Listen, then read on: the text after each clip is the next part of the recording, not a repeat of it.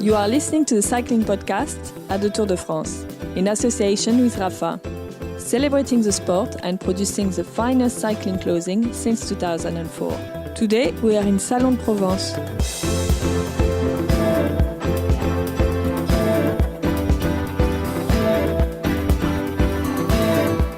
Hello, my name's Richard Moore. I'm with Lionel Birnie. Hello, Richard. And François Thomazeau. Hello, Richard. Hello, chaps. Where are we, Lionel? Well, we're in some kind of rugby stadium. Well, it is a rugby stadium. There's posts up here. Artificial turf. Which, rugby on an artificial turf. Wouldn't fancy that. Well, look, imagine all those grazed elbows and knees. Well, it's very difficult to raise natural grass in Provence, actually, as you can tell by the heat that we have right now. So it's much cheaper, to have artificial grass on a rugby pitch in Provence, unfortunately. Well, we are in Salon-de-Provence, where this, what stage? The 19th stage of the Tour de France finished. No. Yeah, real end-of-term feeling today, though, isn't there? Really. I mean, it feels like we're breaking up for summer. We're not. There's still 2 days to go. But it's been a slightly anticlimactic day on the Tour de France, I'd say, after all the sort of anticipation of the Alpine stages. I've said earlier on to François, this feels like a Jean-Marie Leblanc Tour de France, when Jean-Marie Leblanc was the race organiser throughout the 90s and most of the 2000s. There'd often be the end of the mountains. A late transition stage, because often he was trying to take us up to Paris in by bike rather than by car. So you'd end up with a kind of a day for the breakaway, and to be fair, and Max Chandray would finish second. Yeah, there haven't been many days for the breakaway, so can't begrudge the riders the opportunity to get up the road and contest the stage. But it's felt like the overall battle has been on, it's been on hiatus today, pending tomorrow's time trial. We're not anticipating a sudden turnaround. Chris Froome, he's got the strongest, smallest grip on the yellow jersey I can ever remember. Whoa. Getting a bit ahead of ourselves here, are we not, Lionel? Talking about tomorrow. What about today's tale of the attack? We're in the hometown of Nostradamus, so we're allowed to predict and look forward. Although he actually died here, and I've often wondered, did he see that coming? Well, who knows? He probably did, yeah. The tale of the attack. Well, I'll keep it very brief. There was a big breakaway. 20 riders were in it. Some big names in there, and really varied types of riders as well, because Thomas de Gendt was in there for Lotto Soudal. He's been off the front for around 30 hours of the Tour de France, which is quite extraordinary, really, but with no luck, unfortunately, for him. Also in there, some of the bigger names, Jan Bakelants of AG2R, Lilian Kalmajan, Ben Swift of UAE, Robert Kieselowski, Tony Galopin, Bauke Mollema, Daniele Benatti, Sylvain Chavanel. But it came down to quite an exciting finish. There was a split on a climb, around 17 kilometres to go. That kind of split the group in half. And then it was all decided with 2.9 kilometres to go. There was a roundabout, the most important roundabout in France today, because most of the group went the left-hand side of the roundabout, but Edvald Boasson Hagen and Nikias Arndt, they went the right-hand side of the roundabout and cut off a lot of road and made up a lot of ground. They then were away. And then Boasson Hagen was very impressive in the final stages, dropped Arndt and soloed to a win when you could have forgiven him for perhaps waiting for the sprint. There were some dangerous men for the sprint. Jens Kukalera of Orica Scott would be one. Ben Swift, possibly, had he still made that split, would be another. But Boasson Hagen took no chances, and he got a thoroughly deserved stage victory 6 years after his last one. Yeah. Nobody could argue with that at all. Boasson Hagen really has deserved it. Steve Cummings, his teammate, was sitting this morning having coffee with Matt Rabin, who is a chiropractor on the Cannondale Drapac team, and he pointed at Boasson Hagen and said he will win today. Our producer Adam Bowie also thought he would have a very good chance today and used him in our Kilometre Zero that went out today. So there was somebody made the point, I can't remember who it was, that the break today wasn't like the breaks in the early stages when there were opportunities. These were strong riders who were capable of going with that break today on quite, it wasn't an easy stage, but they were all strong riders. And Boasson Hagen has been one of the form riders in the Tour, and he said, he's gone so close, and he's gone long the stage that he lost with the photo finish with Kittel. He'd gone pretty long there, and he is this hybrid of a sprinter, but he's also won on his own. I mean, the last Tour de France stage that he won into Pinerolo, he won on his own with a quite a long-range attack. So he's versatile, he's strong. He was, on paper, one of the fastest riders in that break, but didn't want to leave it to that. And I thought he was doing too much. We were watching it together, François, you and I was convinced that Boasson Hagen was just following everything, attacking a lot, and almost panicking a bit. And I wasn't convinced that he was going to have it at the finish. Probably wary of Jens Kukeler, who actually won the kind of mini bunch sprint, for third place, but he plays so cleverly. I mean, when you look at his career throughout his career, I mean, he's won all types of races actually, and he's a versatile rider, as you say. But some riders, like I talked to Sylvain Chavanel after the stage. He said the problem these days is, I'm not a climber, I'm not a sprinter, I'm a good rider, but these days in modern cycling you have to specialize to win stages. It was fun. It was kind of strange that Chavanel should say that, because Boasson Hagen never specialized actually. He's good when there's hilly climb. He should have won more classics actually. He had some of his potential has never been. I think he wasted a little bit of his potential, maybe by riding with Sky as a teammate for a long time. Maybe even today with Dimension Data, being a kind of a road captain. It's when you remember his first 2 seasons as a pro, I mean, he was winning everything. The funny thing is, we would hardly have noticed him had Cavendish not crashed out, because right, he would have had a very different role. This is a point that was made actually by Roger Hammond, sports director at Dimension Data, who I spoke to at the finish. Here is Roger Hammond. The Tour de France is one of those things where it's a kind of a muted celebration until we get to Paris. But now we've got something to celebrate in Paris, something big. So that was really nice. The only issue we had is that Eddie's the only guy that's come that's in a close proximity of Marcel Kittel in the sprint. So as a sports director, you have to try and put yourself in the shoes of the other people. And then what would you do if you were any one of those other 20 riders? The last thing you'll do is come to the finish line with Eddie. I think he played it pretty well. Didn't look all that brilliant once we got 9 riders with 2 from Orica, but if you're that strong, then you can quite often do whatever you want to do. And after 225k, predominantly into headwind, I think just form came through in the end.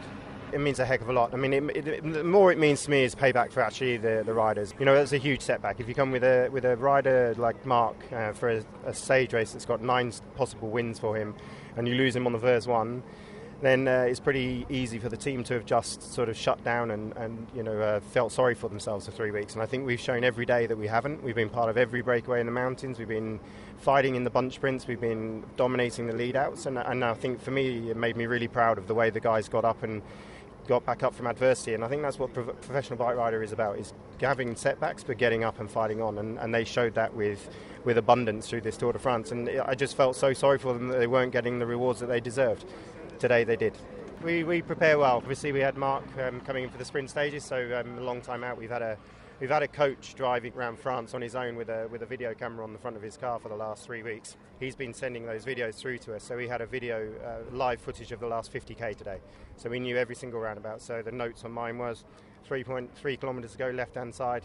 And then, he just chose the right way. So it was absolutely perfect. I mean, but it's all about a team effort. There's a lot of people put a lot of effort in, and the rider has to do it at the end, but we'll claim it all. No, he was just so strong. I mean, go the other side of the roundabout, give the other guys can't follow the wheel. It's tactically he did well. The trouble is, you come through the town and they're radio silent, so they're too afraid of calling the wrong result. So the race radio doesn't say anything, and then TV was really pixelated and broken up, so you kind of just got a frozen image of Eddie and then just pixelation around the outside, so you couldn't really tell whether he was alone. And the only reason we knew it was in the finishing straight and there was a motorbike behind him. And then once you could see the motorbike, you knew that there was another vehicle in there. It must have been big enough. But there's a lot of emotion come out, because it's been a very hard tour for the team. I mean, we've had quite a lot of setbacks, and then it's been a roller coaster of emotion. Setback, come back, almost win, lose by 0.00 whatever it was, millionths of a second. Millionths of a second's almost nothing, but it's a massive gulf of difference in result. Second or a stage win in the tour second is nothing, stage win's everything. So it's been a roller coaster, but roller coaster finally to get the big one. Roger, this is the best we've seen Boasson Hagen for some time. Is he doing anything differently this year? Every cloud is a silver lining, and the cloud of Cav crashing and breaking his shoulder blade has been a silver lining of unexpected, no pressure coming in. freedom to race, and you know, obviously in scintillating form, because we all had a big belief in Mark, you know, as we came to the Tour, so everybody was ready to do it.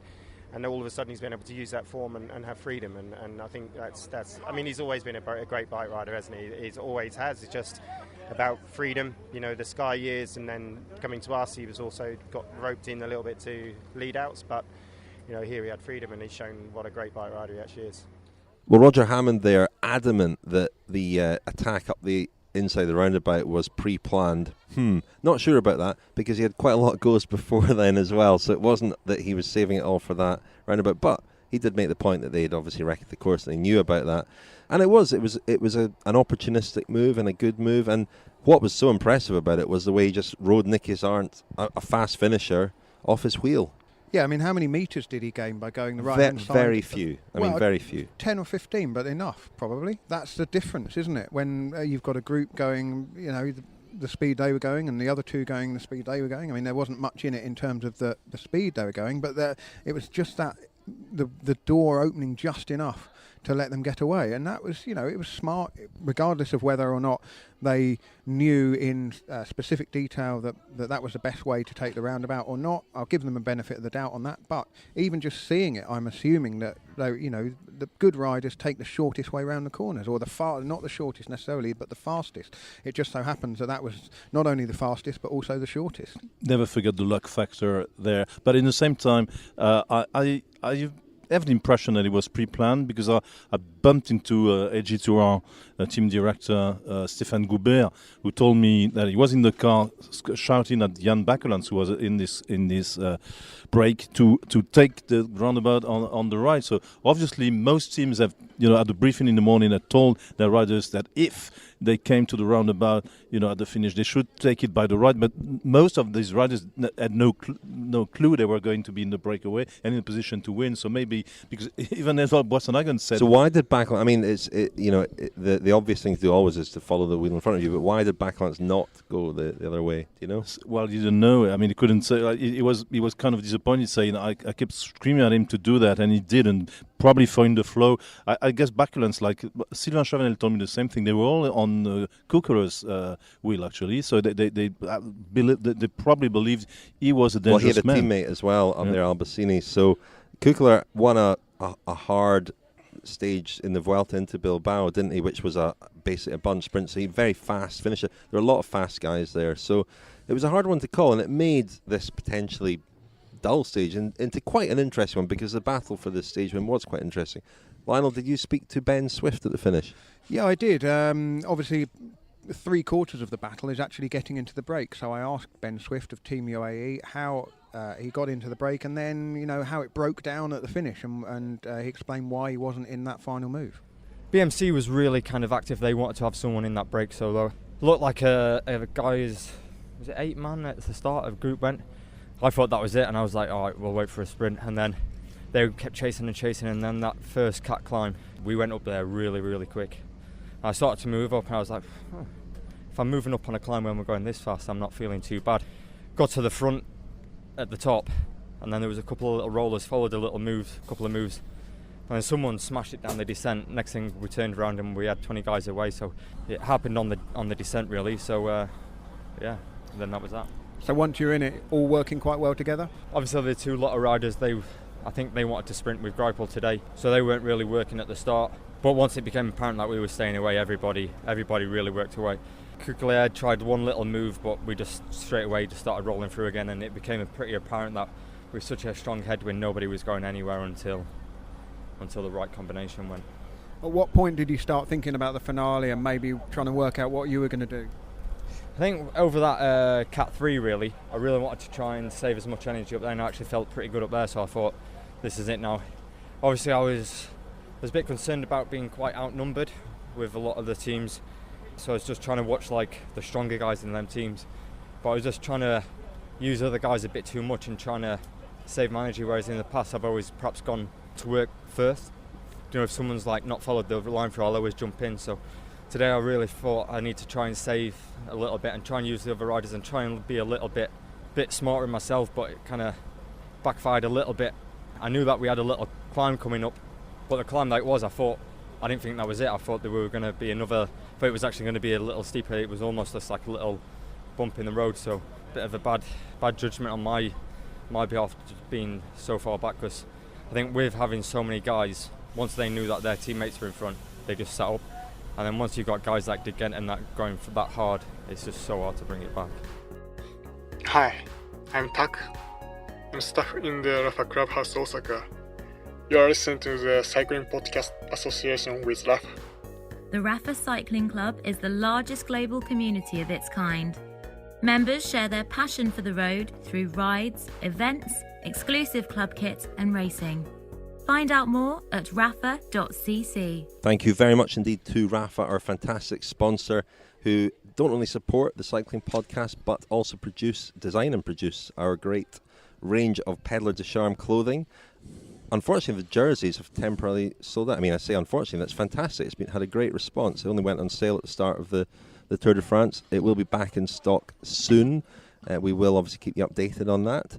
There are still T-shirts and caps available at rafa.cc, also on the shop tab on our own website, thecyclingpodcast.com. Yeah, and there'll also be some Pedaleurs de Charme jerseys coming. I assume they'll be ready when the reprint or the remake of the Pedaleurs de Charme jerseys are ready. Pedaleurs de Charme kit in women's sizes as well, so that's great, and that's in response to a lot of you asking for that, and so we're delighted to be able to say that will be available soon. And thank you very much to all of those who've bought that stuff, because as well as looking absolutely wonderful, you're also supporting the Cycling Podcast by doing so and enabling us to cover the races that we do, like the Tour de France, which is where we are now. And look who it is.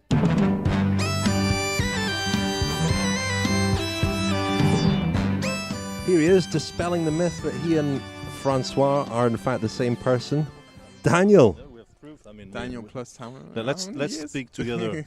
Yeah, speak together, both of you at the same time. Maybe François could do an impression of me. Ouais, je vais faire une imitation de François Thomazeau. Je suis Marseillais. C'est pas mal. Well, François was correcting your English a minute ago, Daniel, so you have kind of swapped. Which word he was phrases. correcting. Daniel, we haven't spoken to you for a while. I think when we last spoke to you, we were going over.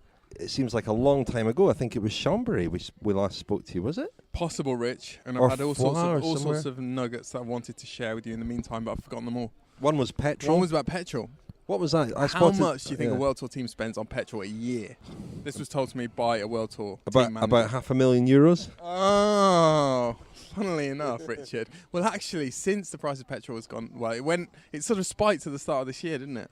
And now it's, I think it's gone up about 20% in the last 6 months in Central Europe on average. So now, teams are having to budget for another 200,000 euros for petrol. All those motorised bikes as well they've got to pay for. Oh, dear. I didn't know batteries had increased in prices, but never mind. That's shocking. Anything else you want to share with us, Daniel? Any nuggets? No, I mean, have you been doing much transfer talk? I've been seeing. We haven't been doing much transfer talk. You are our transfer man. What's the latest about Landa? Because we heard about every team was signing Landa next season. Well, we thought that the Movistar deal was a done deal. Spoke to Eusebio Unzué, the manager of Movistar, the other day. He was adamant that it wasn't. But of course, all team managers, they can't reveal who they've signed before August the 1st. And then some rumours, murmurs coming out of the Sky camp that he may not even be leaving, which to me sounds plausible. Would they want to lose him? I mean, he's a potential. I think Sky want to win all 3 Grand Tours, don't they? I think my rumour at the start of the tour that Quintana might go to Sky may not happen. At least Eusebio said that he's going to stay till 2018. Quintana said that himself. The other confirmed, I think, today by Laura Messiger was that Mikel Nieve is going to Orica Scott. Yeah, and it'll be interesting to see whether they look for a like-for-like replacement, because they're obviously signing Jonathan Castroviejo from Movistar, and he's more of a time trialist, also going to be useful in the mountains. And of course, they've got guys to come back in, Wout Powell, and a couple have missed out on this Tour de France. But you would think, looking at the history of Team Sky, they've traditionally been really strong in the mountains, and they would probably look for a replacement, especially as Nieve, I mean, for my money, has been much more impressive than Henao in this Tour de France, so they will want to look for reinforcements in that area, I would have thought. They're signing a couple of good very good young riders, Egon Bernal and Sivakov, isn't it? The French, Italian, Russian, who will now be riding for a British team. Not sure. I think Viviani's going to go. He'll leave Sky. UAE possibly, or... But yeah, he's been linked with UAE. But yeah, I'm not sure what else is happening. I mean, I keep seeing Jérôme Pinault in the zone technique. He's constantly on his phone. Jérôme Pinault, the former Quick Step, I Am Cycling, Bouygues Telecom rider who's setting up a pro-continental team next year. François probably knows plenty about this. Yeah, well, I don't know plenty about it, but apparently it's a done thing. He's going to launch his own continental pro team. I don't know exactly with whom, but I mean, it seems to be done. There have been rumors that a French team director currently with a Swiss team might join, but as far as I know, they're not on very good terms. So I don't think it will happen. I think Le Danois is, well, it's strictly off the record, but he's been trying to launch his own. You can't say it then. You can't say it. Yeah, but it's only for the cycling podcast listeners, you know. Nobody else. Put that bit on the Friends feed. Nobody we should introduce a feature. Only all our off-the-record conversations are available on the Friends feed. Le Danois has been working on a project in France for a couple of years, and he's. I don't know where he's these days, but we'll see. We'll see. I think, and Pinault he's been strongly linked with Brian Coquard. That's supposedly going to be his. They have the same agent, Pinault and Coquard. Okay. And Landa's manager, who is, I think he only looks after Landa. I think. Yeah, he's a childhood friend. Childhood friend. He was chatting to Luca Guercellino this morning at Trek. Dun, dun, dun. Well, I spoke to Luca Guercellino a few days ago, and he was pretty adamant that his budget is all accounted for next year. Cannondale's interesting. We heard today that their new sponsor is Oath, which was not a company I was familiar with. Jonathan Vaught said they said not Oath. Did you say Oath? Oath. But they're a major media company. I guess the team will not be called Oath. I don't know, but they own HuffPost, Yahoo Sports, and lots of other things. Interesting to see what that will entail, but they've got a lot of riders out of contract at the end of this year. Rigoberto Urán being one of them. Formolo. Sky were interested in Formolo. Pierre Roland as well. Yeah, Sky were interested in Formolo. And the other rider who's out of contract, a climber who I'd be very interested to know where he's going to go. Warren Barguil, of course. François, I don't know if you've got any intel on that, but he's another rider who's been linked with Jérôme Pinault. Yeah, I think it'd be very wise to stay with Sunweb in light of Sunweb. But yeah, and he hasn't got the same agent. Roland has got the same agent as Pinault and Coquard, so he might be in the same wavelength. So that might be possible. But I really, from what I heard, Warren Barguil still stays with Sunweb for another year at least. Who's been your? We've talked about Barguil a lot, Daniel. You know Barguil quite well, as the whimsical flaneur of cycling. Have you managed to finally work out which is Bardet and which is Barguil? I remembered that today. I'd completely forgotten it. The interview I did with Barguil was 2014 Vuelta, and of course I knew who he was. He had a great record already. He'd won 2 stages in that Vuelta, and sat down for an interview with him at the team hotel on the penultimate day and proceeded to call him Romain Bardet for 20 minutes. And and such an affable young fellow he is. He didn't. I think he felt embarrassed, and he didn't point out that I had mistaken his identity until the very end of the interview. When he said, "Thank you very much, Lionel Birnie," that was a great interview. Mistook you for Lionel. Yeah. Easily done. How many wine glasses, Daniel, or do you save that for Twitter? Well, from a viticultural point of view, it's been a very interesting Tour de France. I don't think we've had that word yet. Viticultural. We had the stage to Nuits-Saint-Georges in Burgundy, which seems like an age ago. We've been through some other very good wine regions. My highlight was pretty much my highlight is always the day we spend in Pau when I get to drink my favourite French red wine, the kind of hipsters Bordeaux. No, the hipsters Bordeaux is Bergerac. So I had some of that, and then we also had some Madiran in Pau. It's very, very powerful tannic French wine. I'm going off a bit of a tangent here. Well, I think it becomes very easy to forget how many dull stages there were, and you think about the ingredients that would have made this a perfect Tour de France, and the battle of Kittel and Cavendish has still never really happened, and it's never really boiled over, and we've never had a situation on a Grand Tour in a season when it's been tit for tat and it's been very close and they've been locking horns regularly, and it still has not happened on this Tour de France. So I think the sprint finishes have been not an anti-climax. They've been interesting enough, but they haven't been classics.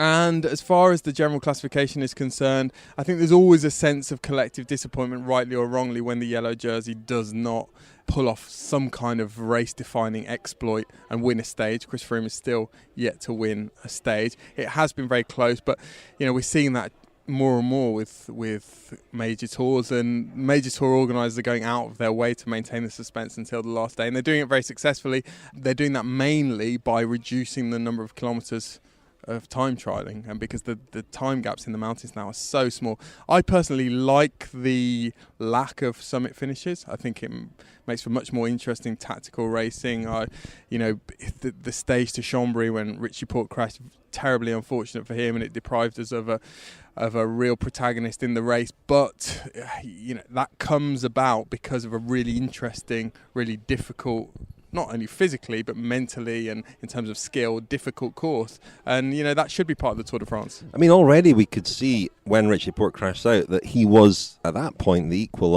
of the others. You thought that he was maybe peaked in terms of his form, but imagine a scenario where he hadn't crashed out and he had been in the same position. It would have forced Chris Froome to race in a different way probably, but going into this final time trial with Richie Porte and Chris Froome seconds apart would have made tomorrow's stage far more interesting and tantalising than it is at the moment.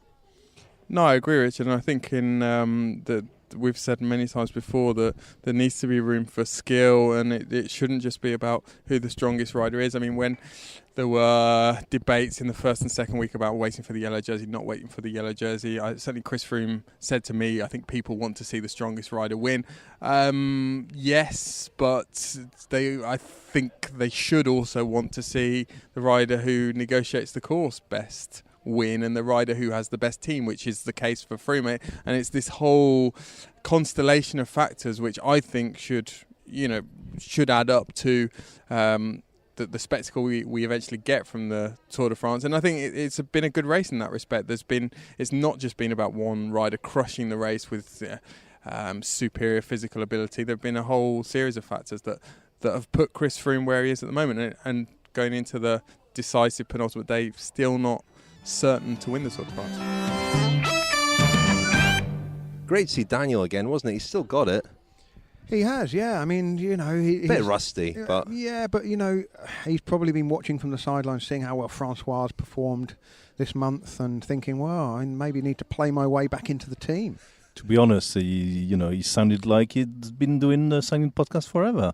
So, oh, that's wonderful praise from François. That's great. No, he did okay there. He did okay. I mean, he badly missed Daniel. We of course we missed Daniel. Yeah, we'd love to have him back in the team, back in the fold. Well, he will be once we return to Blighty and leave deposit François in Marseille, which is what we're doing tonight. What I should have said before Daniel interrupted us there was that we did present a couple of our wonderful Peddler de Charme t-shirts at the start this morning. I say we presented them.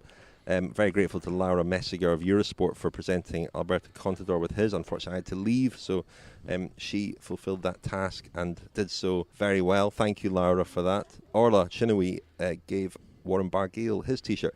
Alberto Contador was the winner of the Peddler de Charme poll, but it was so incredibly close. They were actually on the same percentage, Barguil and Contador, that we decided to award 2 t-shirts. I think that was the only right thing to do. Yeah, well, there's only one winner in cycling. I mean, Edvald Boasson Hagen deserved to win the other day, and he finally won. So, okay, I accept your explanation for Barguil's t-shirt. And Alberto Contador goes home with something from the 2017 Tour de France.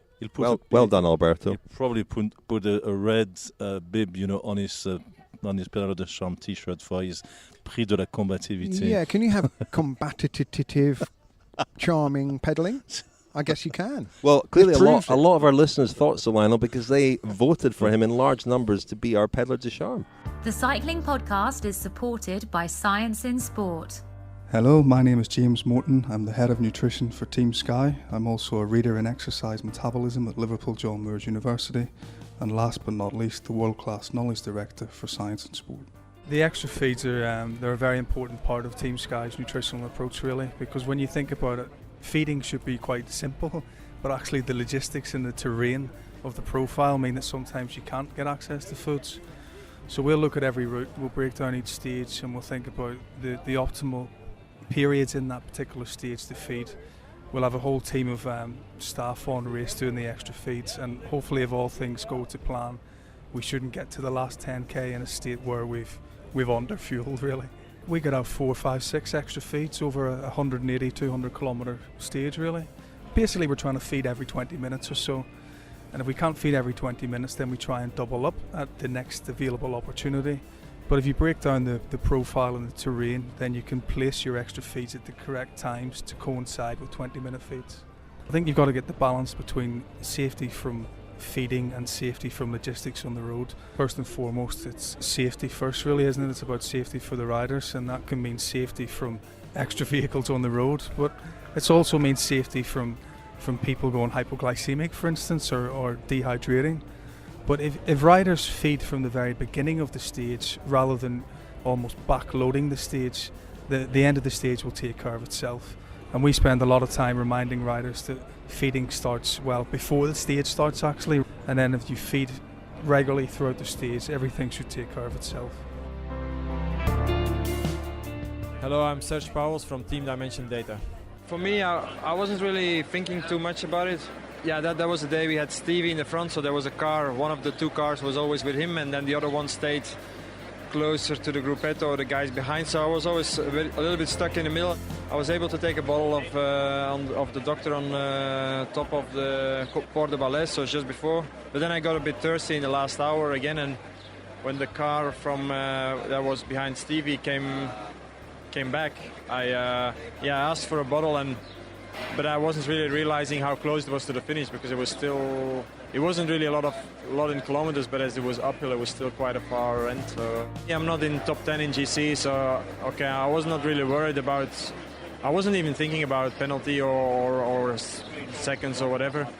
But I think honestly, yeah, it was initially a correct decision from the jury to give a penalty, so I accepted it, no problem at all, and yeah. Afterwards they cancelled it because of the special circumstance, and it was quite hot anyway, and it was a bit of a strange last final, you know. I think they want to keep a little bit of control of the mess that can exist when cars are in between riders in the last 10k, so there needs to be rules, you know. So for me it wasn't a big deal. I think it was more it was a bigger thing for the real GC contenders, of course. The Cycling Podcast is supported by Science in Sport. Science in Sport.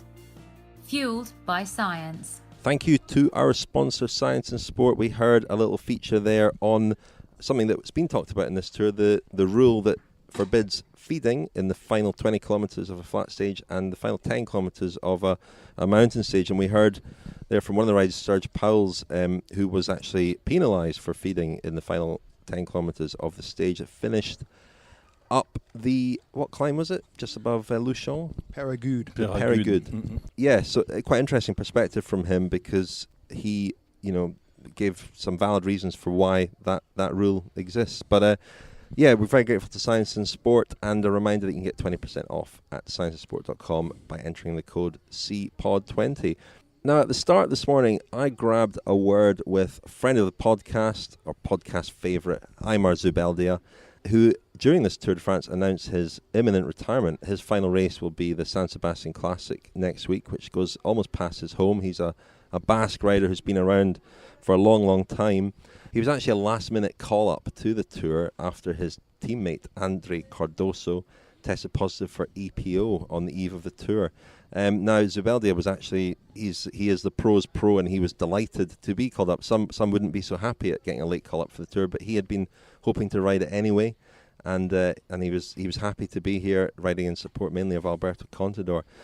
So I spoke to Zubeldia at the finish. Here's what he had to say. I feel strange, no? But also a lot of friends from the bench, they give me congrats, and I feel proud of that, no? When did you make the decision to retire?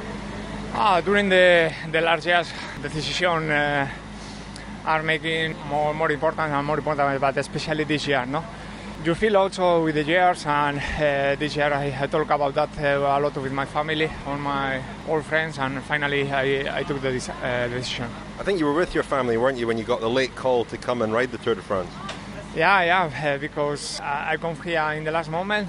But it was nice for me also because I want to be here. Also was a dream for me to do the Tour and Clásica San Sebastián and finish my career there. I see now my dream can be true, no? Have you enjoyed your final Tour de France? Of course, I suffer a lot also, but when you have a decision in the mind also, you enjoy another way. I remember you were a marshal at the Tour de France when it was in San Sebastian in 1992, weren't you, when you were very young?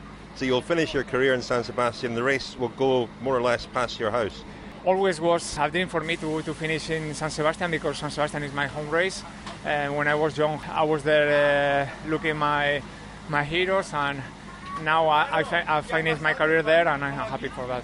Heimar Zubeldia, they are one of the friendliest riders in the peloton, I think. He's had a very long career, a lot of it in the service of others, but we know him, of course, for sneaking into the top 10 on Grand Tours, and we've had some comment from people to the effect that we're sort of taking the mickey a little bit out of him for our a la Zubeldia. But we're not. I mean, you know, you're right. If you're finishing the top 10 of a Grand Tour, you're a very strong rider. In 1988, they'd have called it the Eric Boyer Award because he snuck into fifth position without appearing on television once, I think, from memory. I think probably Marino Lejarreta was the number one sneaker, you know, because he actually rode probably more Grand Tours than Adam Hansen and made a couple of top five. He often rode all three in a year, didn't he? He did, yeah. He made a bit of a speciality of that. Absolutely, and who knows his face? I mean, he had a very distinctive face, mind you, Marino Lejarreta, so you could recognize him.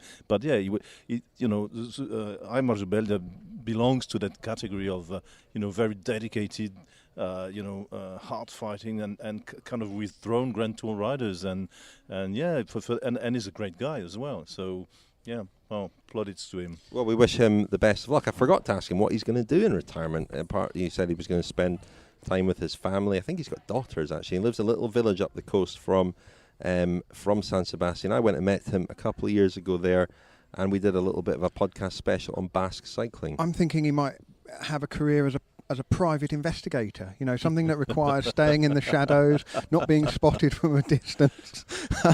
Heimar Zubeldia, PI. I think this could be commissioned as a TV show. Well, yeah, and he could investigate the world of cycling because you never know. There might still be things to investigate. Who knows? Maybe it's too well known by the riders, mind you. But yeah, an idea. But seriously, I mean, sneaking, as I like this phrase, sneaker, the sneakers, but sneaking into the top 10, I mean, it's not easy to do. I mean, if I sneaked into the top 10 of the Tour de France, I'd be very happy about it. I mean, when you look at the top 10, I mean, all bar, really, Louis Meintjes have been very visible in the race. So it's actually quite an achievement. Well, Louis Meintjes gets the Heimar Zubeldia award this year. He does, definitely. Maybe Damiano Caruso managed to sneak just out of the top 10. Yeah, he's got 4 minutes to make up on, or even more, 5 minutes to make up on Contador tomorrow in the time trial. Unlikely to happen. But, I mean, it's an affectionate thing. It's not mocking somebody for being extremely good at cycling.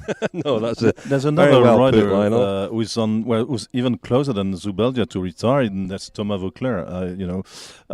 I had a few words with him this morning. I mean, I didn't record them because he was a kind of... Daniel would have recorded it. Yeah, he would have. I'm sorry about that. No, but because we talked in French and, there was lots of guys around.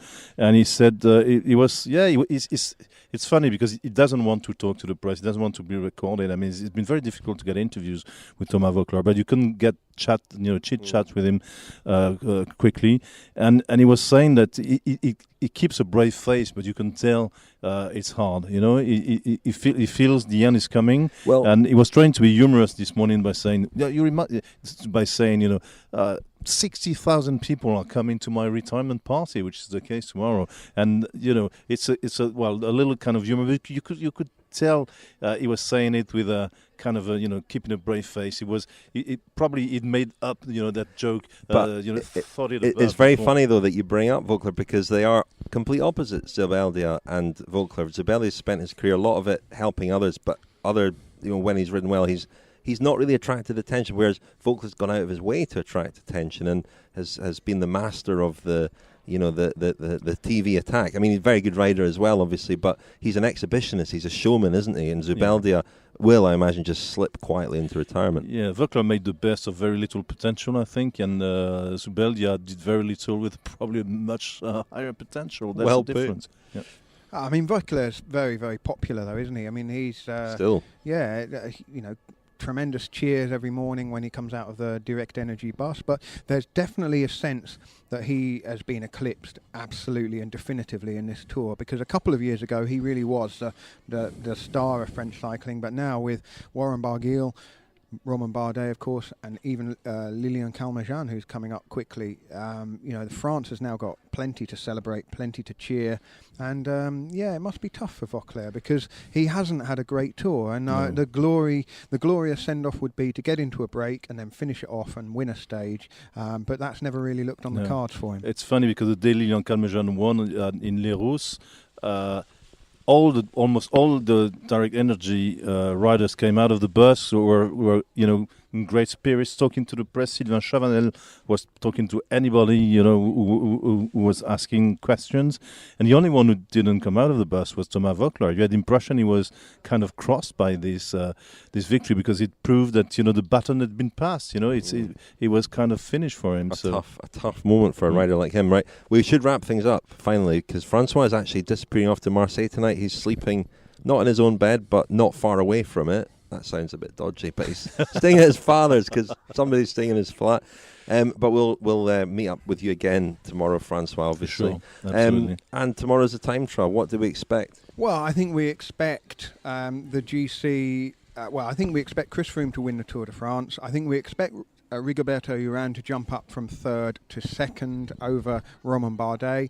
But I think we wonder whether there's going to be any kind of upset in those 22.5 kilometres. But the problem is, unfortunately, we're in the situation where we are we're not hoping, but the only drama is going to come from a mechanical or from a crash. It's not going to come from a tremendous swing in terms of one rider being much stronger than another over the course of the even if somebody misjudges that climb dramatically, they're probably not going to lose.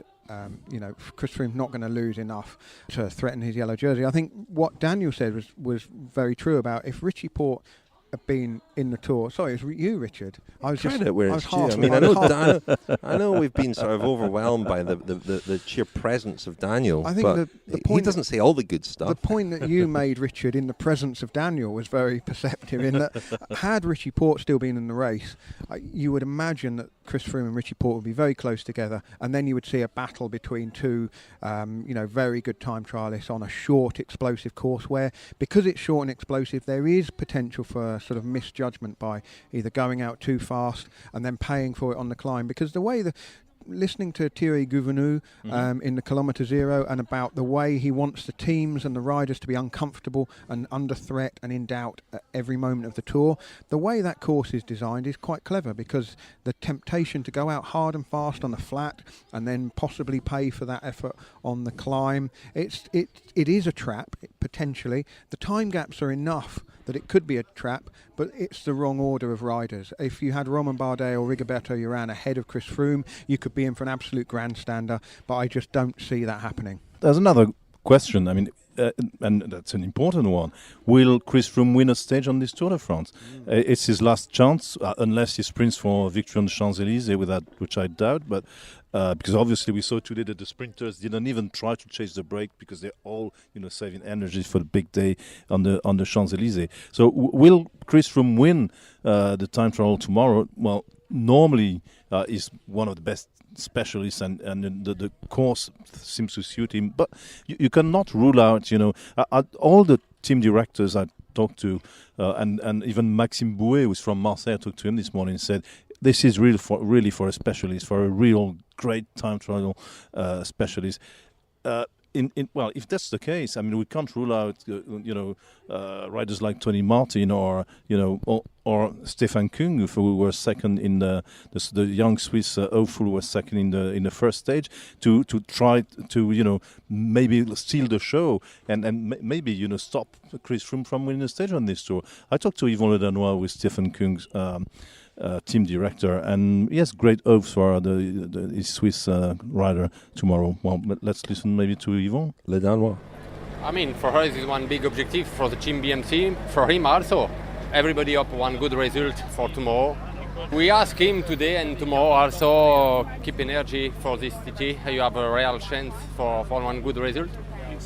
We look tomorrow, but you never know. You never know with Froome, with the leader, and with Stefan. I think he has a real chance for one good result tomorrow. He was very close in the first stage in Düsseldorf, very, very close. So I guess he wants revenge now. Yeah, but tomorrow it's a little bit different with the climb. Notre Dame, it's a hard climb, but it's not the long climb. So I don't think it's one problem for Stefan tomorrow. Is it really for a specialist, for a ruler, in spite of the wind, in spite of the climb? Yeah, I mean, we saw him in the stage, and the mountain, he can't pass the mountain. So this climb tomorrow is not one problem for him. So Yvon Le Danois, Stefan Kung, a good shout for tomorrow, and interesting. None of the time trial specialists went in the break today. Someone like Tony Martin might have been up for that, but they were obviously keeping their powder dry for tomorrow. You were just mentioning, Lionel, that Froome, if he doesn't win tomorrow, it'd be the first, and if he doesn't win on the Champs-Élysées, it'd be the first tour winner not to win a stage since Oscar Pereiro in 2006. He obviously won in very strange circumstances. Yeah. And before that, Greg LeMond in 1990. And before that, only 4 other times. Lucien Aymar in 66, Gastone Nencini in 1960, Roger Walkowiak, of course, in 56, and Firmin Lambeau in 1922. So it used to be a real big thing, didn't it? Winning the Tour without winning a stage was kind of frowned upon, particularly by the fans. Kind of shameful, it's kind of.